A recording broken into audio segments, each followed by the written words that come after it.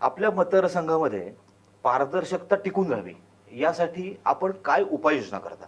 माझा मतदारसंघ हा फार संवेदनशील आणि भावनिक मतदारसंघ आहे.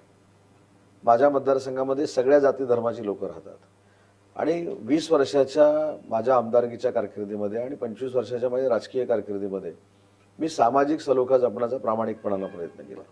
त्याच्यामुळे मला असं वाटतं की विकास कामं तर आपण करतोच आहोत, परंतु कोणालाही उपद्रव न केल्यामुळं ती एक चांगली बाग माझ्यासाठी राहते. आणि असं म्हटलं जातं की 20 वर्षामध्ये एखादं विकास काम जरी झालं नसलं तरी उपद्रव उदय सामंतनं आम्हाला दिलं नाही, तर तो आपला एक प्लस पॉईंट आहे. आणि या 4 टर्ममध्ये जी काही विकासाची कामं राहिलीत ती आपण नक्की पूर्ण करू.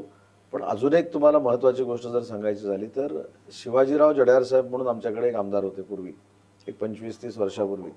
रोजगार हमीच्या योजनेमधनं त्यांनी आमच्या गावागावामध्ये रस्ते नेले, त्यांनी लाईटची व्यवस्था केली. पण त्याच्यानंतर एवढी रस्त्यांची आणि लाईटची व्यवस्था वाईट होती. आज माझ्या मतदारसंघामध्ये बऱ्यापैकी रस्त्यांची कामं ही आपण पूर्ण करण्यात आणलेली आहेत.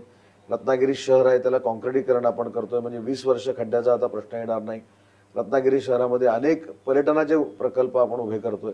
त्याच्यामुळे 4 वर्षामध्ये काम तर आपण केलंच, पण या टर्ममध्ये नाविन्यपूर्ण काम करण्याचा आपण प्रयत्न केला.